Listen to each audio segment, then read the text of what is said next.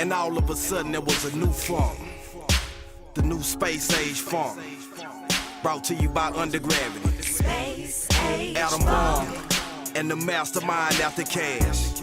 Two of the few endangered funk doctors left, and you are not tuned in to the funkiest show on earth, nigga. That space age funk. Space age funk. Uncut space age funk. Coming to you live from the mothership, nigga. 5 million kilowatts of space age funk for your motherfucking Trump. Yo, now you can funk with this, or you can funk with that. If funk was a green piece of paper, we'll have it by the stacks. If funk was a fifth, I'd be laying on my... Today we got Black Facts. Yeah. Hashtag Black Facts. Okay. This nigga wrote a whole bibliography, man. That's what we've been doing. All the little children and the youth gather around. You know what I'm saying? December 4th, the assassination of Fred Hampton. Fred Hampton was the chairman of the Illinois chapter of the Black Panther Party. Assassinated by... Bro, why you steady looking at me? You government. got this shit. I told you this nigga wrote a whole essay. I'm trying to see how he gonna do this. How you gonna recite this? So, Fred Hampton, he was born in August in 1948, right? In the suburbs of Chicago. He went to junior college in Illinois, majored in pre-law, right? So, after he got out of that, he hooked up with the NAACP, right? Okay. They gave him a leader role, you know, of the youth council as a organizer of some sort. Okay. Because he was putting it together, right? He was putting people together and making it happen, right? So while he was working for them, you know, the Black Panther Party was coming up. Okay. And he was liking what they had He going liked on. them. He wanted to jump down. He wanted to jump down. So he jumped down with them. He joined the Black Panther Party in 68 and moved, you know, packed up and relocated and moved this stuff and got a little apartment by the headquarters. In Chicago. In the Chi.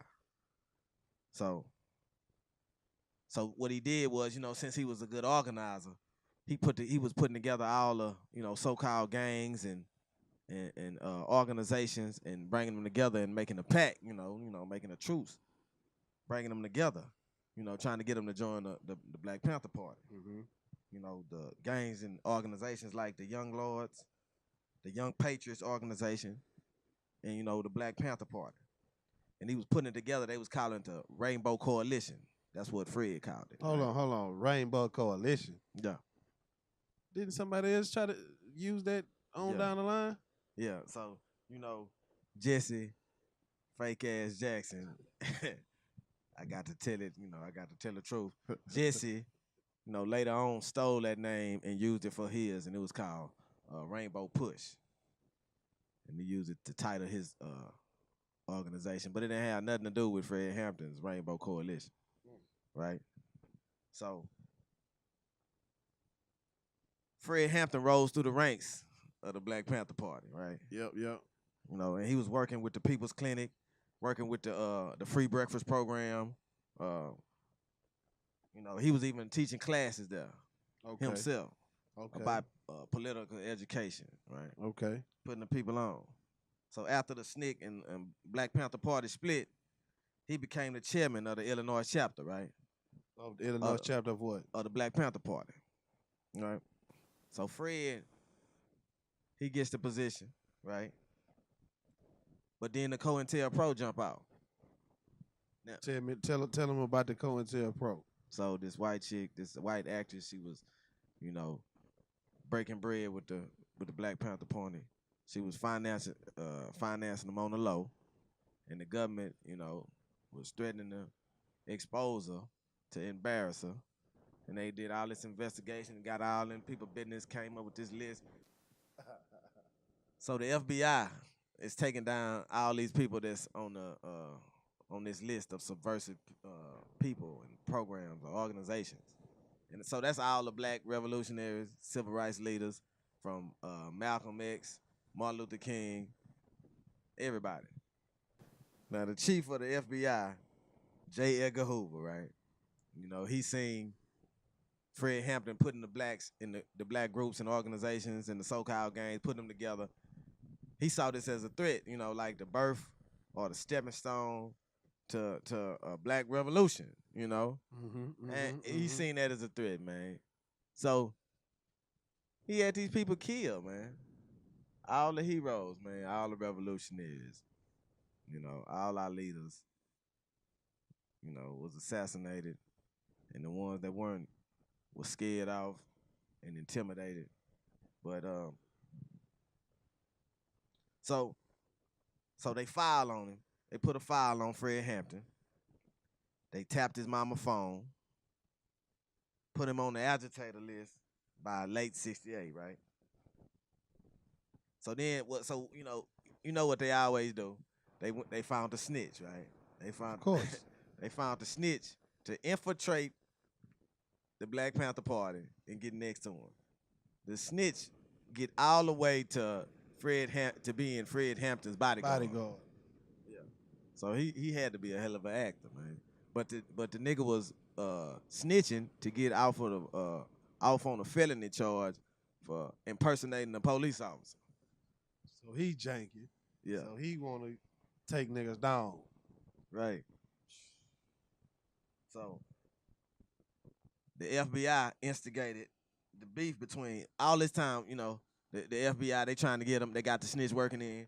So they instigated a beef between the Black P Stones and the Black Panther Party, you know, and it made it kind of hot, you know. So they funking in the neighborhood. They shooting, they having shootouts and all this, right? Yeah. So July '69, it's a shootout between the Black Panther Party and the Chicago Police Department. Like, it's really going down. So while all this going on, Fred Hampton, he had to go to a meeting in Cali and at UCLA, the college, to meet with the national Black Panther Party people, the chairman, you know, whatever. Yeah. So they offered him a job to be national spokesperson, like what Malcolm X was for the NOI, right? So Okay. while he was in Cali, some Black Panthers shoot up some police officers, right? So it's real hot. It's real hot, you know. So when he get back, you know, they already got the play in order, you know, to raid the spot. So he was teaching a class at a church, right? So when they left the class at the church, the snitch, you know, prepared dinner for him, and they say the snitch, you know, spiked his drink, so Fred will be knocked out during the raid. So the snitch prepared dinner. You know, this is some shit out of a movie, man. The snitch prepared the dinner for the whole crew and slipped Fred and Mickey. So when the police come in for the raid, right? This is December 3rd. When he had the class and everything, they had the dinner. So he had him knocked out. Say the last person he talked to, he was talking to his mama on the phone, and he passed out and fell asleep. When the police came in there, kicked the door in, they had, you know, the Black Panthers, they had a brother outside guarding the door with a shotty.